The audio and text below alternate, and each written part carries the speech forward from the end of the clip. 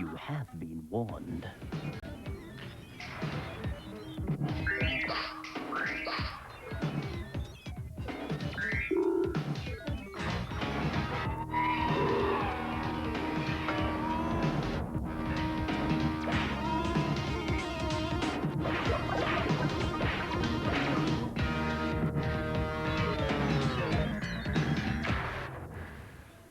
Welcome to Bad Influence. If you've ever copied a game, you've broken the law. This week we explain the rights and the wrongs of piracy. And our main review is Yoshi's Safari on the SNES. Yup, at last another Super Scope game. And how I used a computer to design a stylish Bad Influence dress. But first, ever fancied yourself as a TV director? You have? Then step in here. As far as directing is concerned, this is where it all happens. Directing in television is an easy job. You sit in a chair like this, you look at a bank of monitors, and you let the vision mixer do it all for you. Brenda is our Bad Influence vision mixer, and she uses this great bank of switches and buttons to choose what you see at home, whether that's cameras, or Z's Fun from America, or the reviews, or whatever. So how does it all work then, Brenda? This is a basic cut where picture changes. This is a mix where it dissolves. Right. That's a wipe. That's good. A bit jazzier wipe. And an even nicer one. Terrific. To be honest, vision mixing is one of the hardest jobs in telly, and if you've got a Mega CD, you can try it at home now. This system over here will let you make your own pop promos or videos for C&C Music Factory. It contains video footage from C&C's own videos and also some sort of wacky black and white footage from vintage films.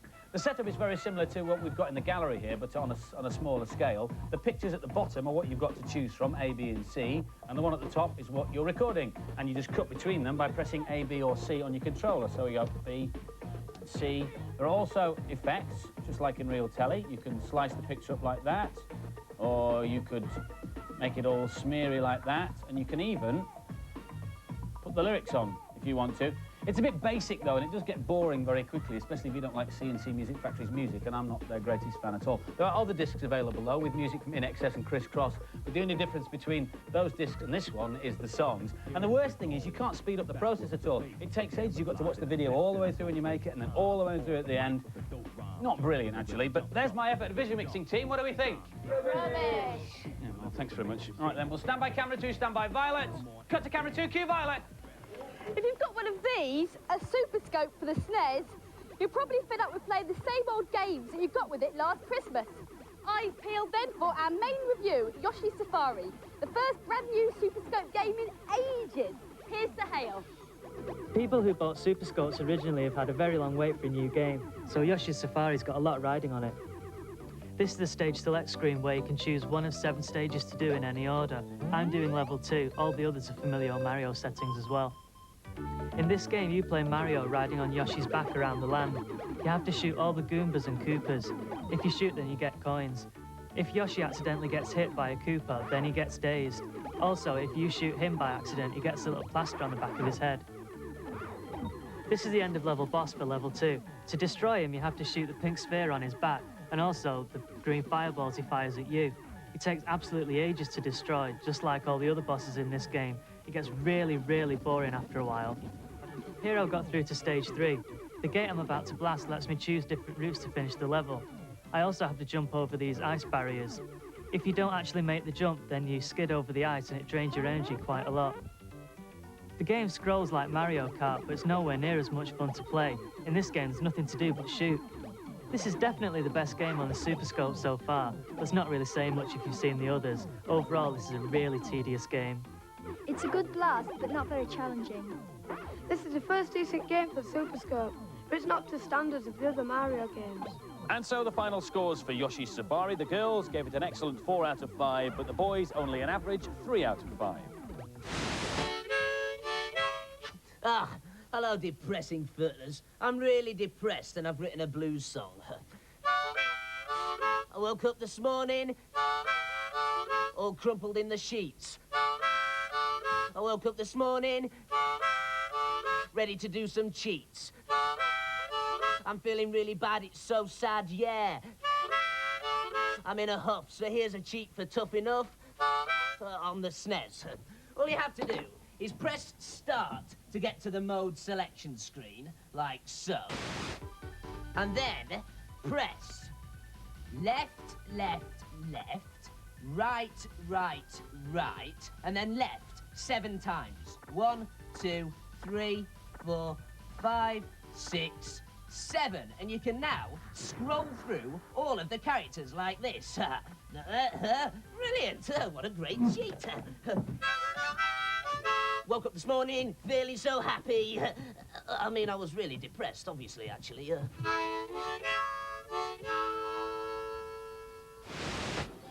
OK, kids, get them while they're hot. I've got Zool 2 for a £5. No, I'm robbing myself. 4 quid, no, 3, 2 quid, 2 quid, and I'll give you 3 for a £5. Salt to the boy in the green T-shirt. Actually, it's illegal to copy discs, let alone sell the copies. Yeah, well, I was just kidding. Actually, Violet's right. Piracy is against the law, and you can get into serious trouble if you get involved in it. This was a raid organised by the police at a car boot sale last year.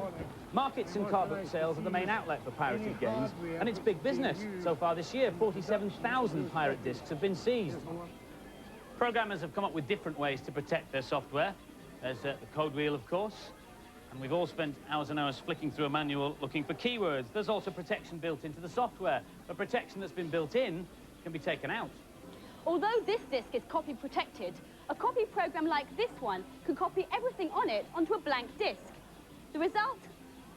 A perfect copy, but with the protection still in it. Now, what I've just done is strictly illegal, so I'm going to destroy the copied disc.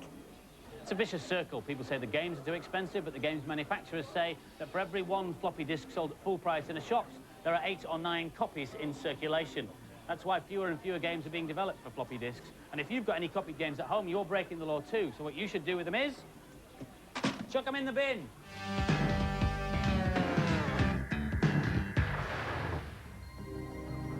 I've decided to get into the fashion business and design my very own bad influence frock. This is a crucial part of the process. I'm being pinned by Nicola for a prototype of my new design. It's always done in this plain fabric, as the real stuff's too expensive to risk cutting if it's not right. However, here at Nottingham Trent University, they minimise the risk of mistakes, as most of the process is computerised. Earlier on, I began designing this dress. Not just the shape of it, but the pattern on the pattern on the fabric too. I'm using our Bad Influence logo to create a new design. First, I scan it into the computer, then it's ready for me to play about with and place it anywhere I want. I've decided on this repeat design, and I can now check out how the fabric will move. The next step is to send it to a special printer, which will print out directly onto fabric. And now for the exciting bit, designing the shape of the dress. This software already has a library of pattern pieces, so I can choose one that's close to the dress that I want and alter it to suit. First, I can see what the pieces will look like in 3D. I'm not happy about the shape here, so I've come back to the flat pattern pieces to alter them. I'm definitely shortening the length, and I want to change the position of the darts and the shape of the neckline. Lastly, I'm checking out how the pattern on the fabric will match up on the joins, so I'm not wasting any fabric when I cut it out. The beauty of this program is I can have my own personalised pattern pieces plotted out for me.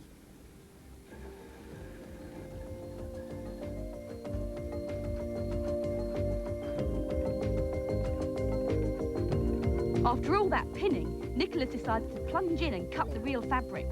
She's a lot more confident than I am. The one part of the whole fashion business as yet untouched by computers is the catwalk model, but even that's about to change. This is Gloria. She doesn't cost an arm and a leg, and she doesn't have tantrums. She also walks a bit funny, but there's a good reason for that. When the researchers at Nottingham started to create Gloria, the only visual references they could find were these pictures, taken over 100 years ago by a motion picture pioneer called Edward Muybridge. They mapped each frame individually into the computer and came up with Gloria. Add a catwalk, camera angles and lights, and you got yourself a revolutionary new way to model clothes. And now, Gloria's being improved. When we took a model that was built from the outside, it's a bit like a Cindy doll or an Action Man, and all the movement is rather plastic and wooden.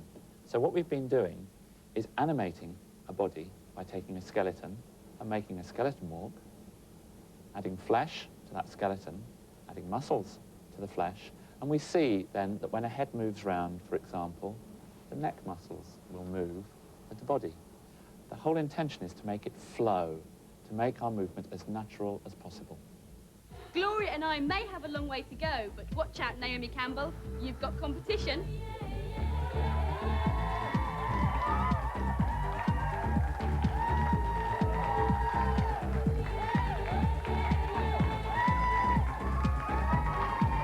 Yes, well, I don't think Jean-Paul Gaultier or Fatty Osbeck have got too much to worry about, have they? Shut up. Now for this week's news and previews.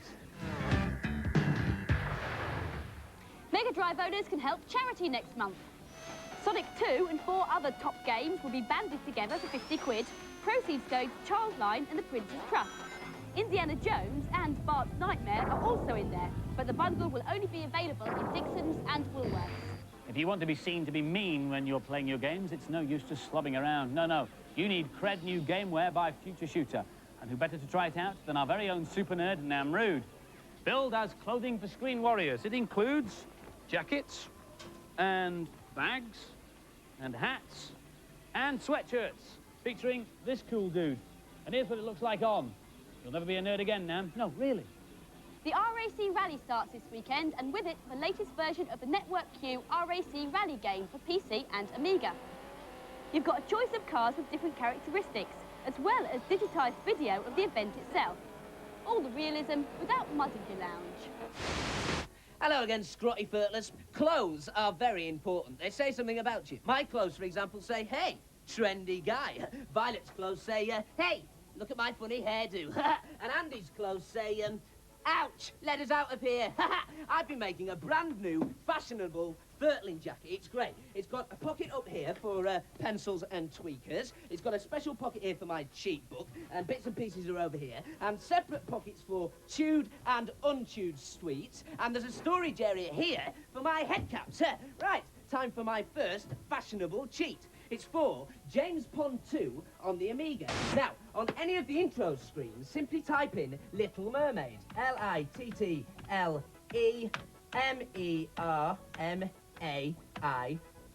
like so. And now, not only will all the levels be opened up for you, but whenever you press return, you'll be able to become invincible. Hey, great. Time for some refreshment, I think. Right, unused. No, I'll save those for later. Ah, yes, used. Oh, and there's two.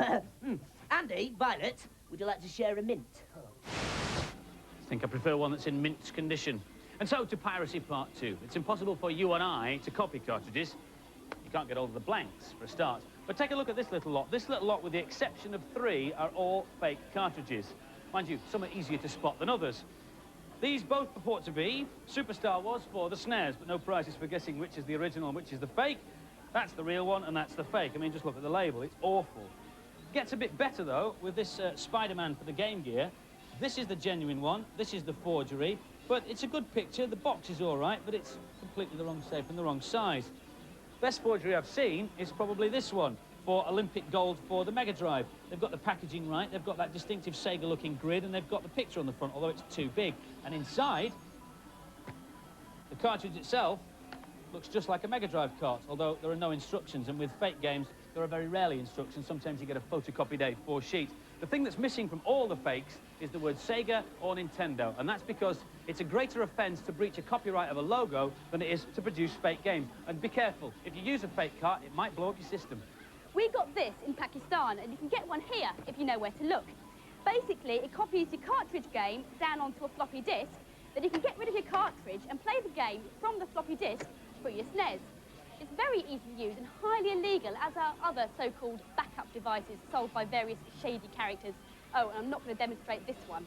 At the moment, the manufacturers are one step ahead of the pirates because of these.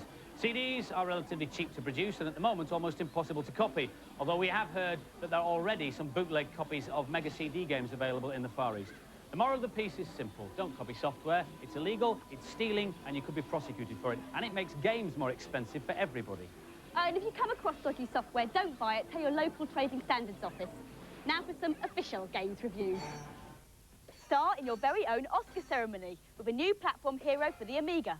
Oscar is a cute little chap of indeterminate origin who finds himself in a Hollywood dream world. Here's Angela. This is a brilliant idea for a game.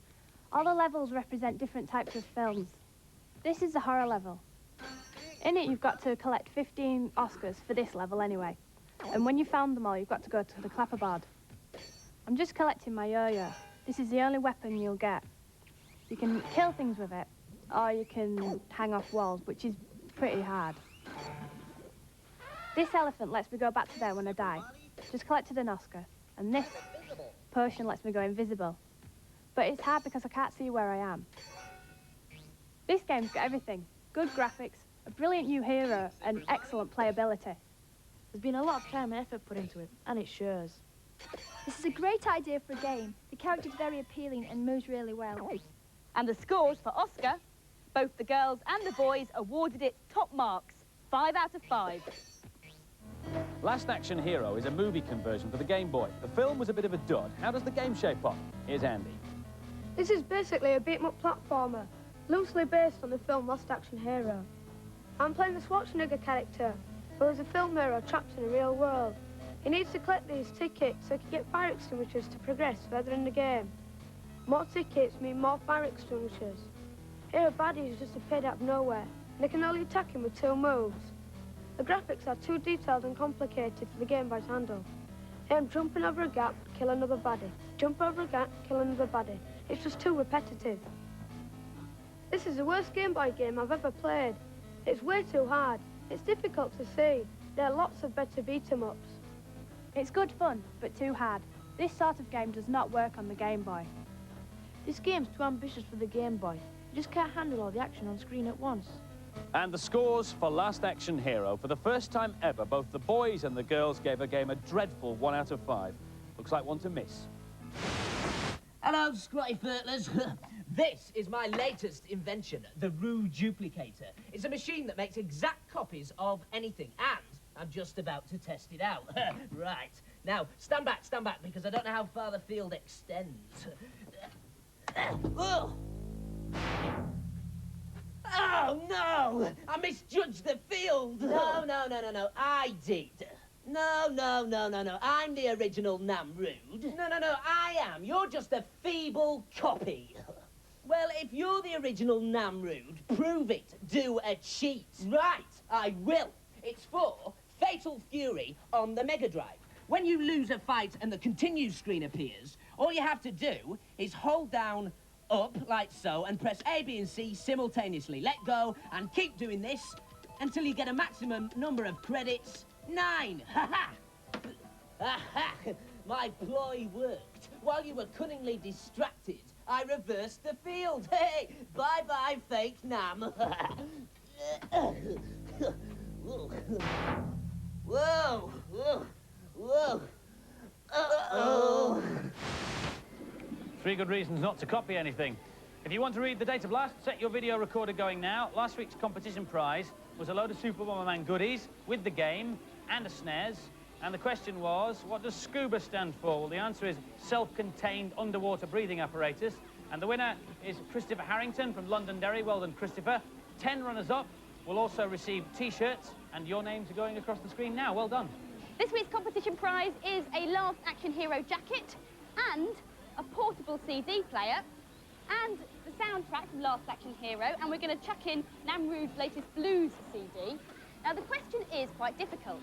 Now, we all know that Arnold Schwarzenegger, the star of Last Action Hero, was born in Austria. But what we want to know is which town in Austria was he born in?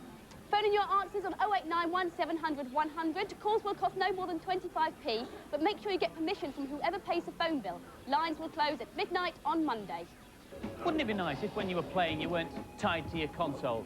If, for example, you wanted to wander around and say hello to the camera crew, or find out if camera 3's got his shot in focus?